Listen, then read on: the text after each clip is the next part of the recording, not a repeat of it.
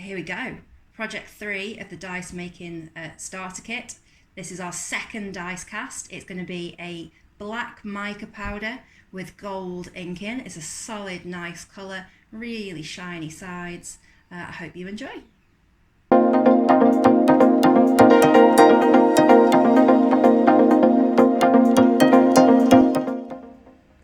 Project number 3, we're going to make a black dice with gold ink. So we're going to need our scales for weighing the epoxy, which we're going to mix in a silicone cup with a silicone stirrer. We've got the mould to mould the dice, the black pigment powder and the gold paint for our colours. We've got our papers to finish it off with and our PPE. The first thing you're going to want to do is to measure out your epoxy. We're going to use a silicone cup with silicone stirrer so that we can keep reusing those things, so we're not throwing away disposable plastics. I'm going to measure out, the correct ratio of my epoxy is a 2:1. So I'm going to measure out 8 grams of the epoxy and 4 grams of the hardener. I'm going to do that really, really slowly, 1 gram at a time until I reach that mark. Because when you're measuring such small quantities as we do in these projects, the percentage difference of 1 gram is massive. So if I was measuring 100 grams and I measured 101, it's only a 1% difference. Whereas if I'm measuring out 10 grams and I measure a 1 gram difference, it's a 10% difference, which can really affect that ratio. So measure these really carefully, really slowly, just so that we're definitely going to get a good cure on our epoxy.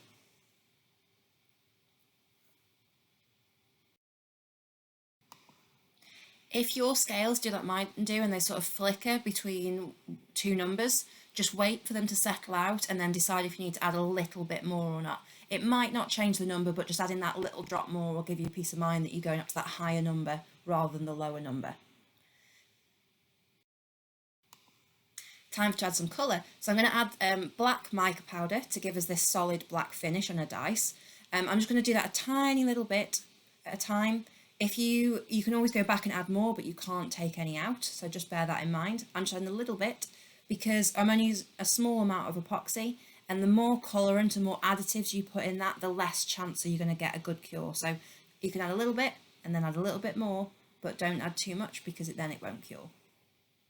Rhymes. So I've let the epoxy rest just to make sure that any of the bubbles that got trapped in there during stirring have had a chance to rise up to the surface and pop themselves naturally.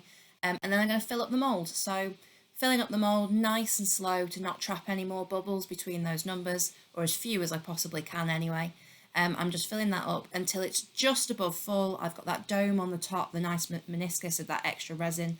And when it's full in the mould base, I'm going to add a little bit as well to the mould cap.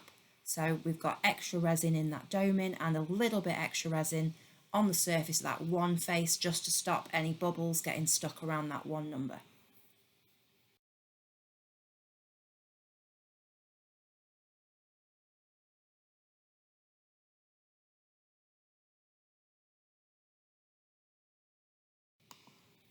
So the advantage of having clear moulds, so you can see that you can see the dice.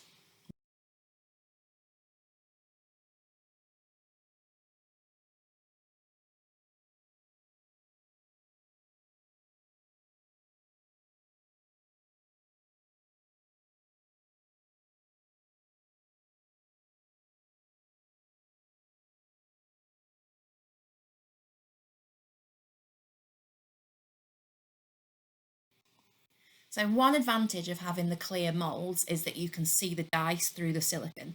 And then what that means is we can use the cocktail stick just to find any bubbles that are stuck around the numbers and just release them really gently with the end of it, really, really carefully. And you'll see that they start to rise up into the hole so that you can see them. And then you can either pop them with a long lighter, or you can use the cocktail stick just to move them off to one side so that they don't get trapped in the body of the dice when you close the lid up. So now all the bubbles have risen, there's no bubbles on the top, there's no bubbles in there. We can close our mould up, making sure the round edge goes on the round edge. Just drop that on there, squish it down, get all that excess resin to make the flashing. I'm going to leave that till tomorrow. If you're working outside and it's cold, take it inside, but put it inside something airtight first. If you're going to use a pressure pot, pop it in there. If not, it's all good. It's time to unmold our black dice. Again, just start by taking the lid off. Nice and gently. We'll remove that flashing and any from around the sides. And then we're going to push.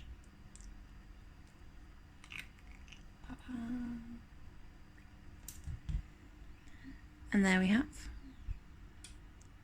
a black dice. I'm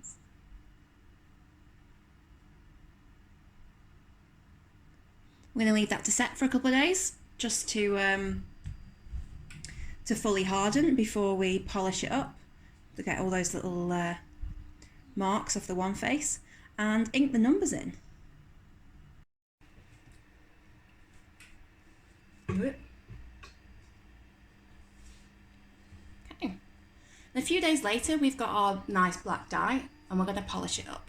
So I've got my 1000 grit silicone carbide paper. I'm just going to take off any of those spur marks, cap marks, we'll get there in the end, any of the cap marks just coming off, and then I'm going to polish along on each face using each one of the papers until it's shiny. So I'm going to start doing circles in one direction, lines, circles the other direction, dipping and moving on to the next paper. Spin the dice around so you don't do one edge more than the other.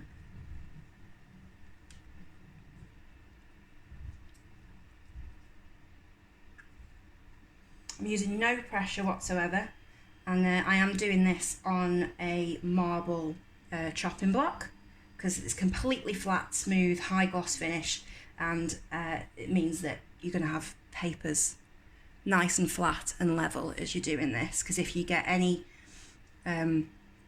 debris or spiky bits from another process on your board, then they can scratch the surface of the faces that you're doing rather than actually polishing them up.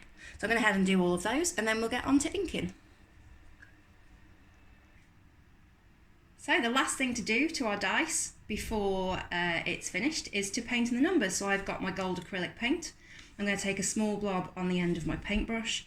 I'm just going to dab it in, painting the base of the numbers and the sides of those indents too, getting it all the way in there. All that paint goes everywhere, but then I get to wipe it off in a really satisfying ta-da moment, she says, and then messes it up. I'm going to go ahead and I'm going to paint all of those sides so that all the numbers are in gold, and then it'll be finished. Ta-da! That's one finished black and gold D20 dice that we made ourselves. If you've enjoyed this video, please like and subscribe, leave me a comment below, let me know how yours turned out.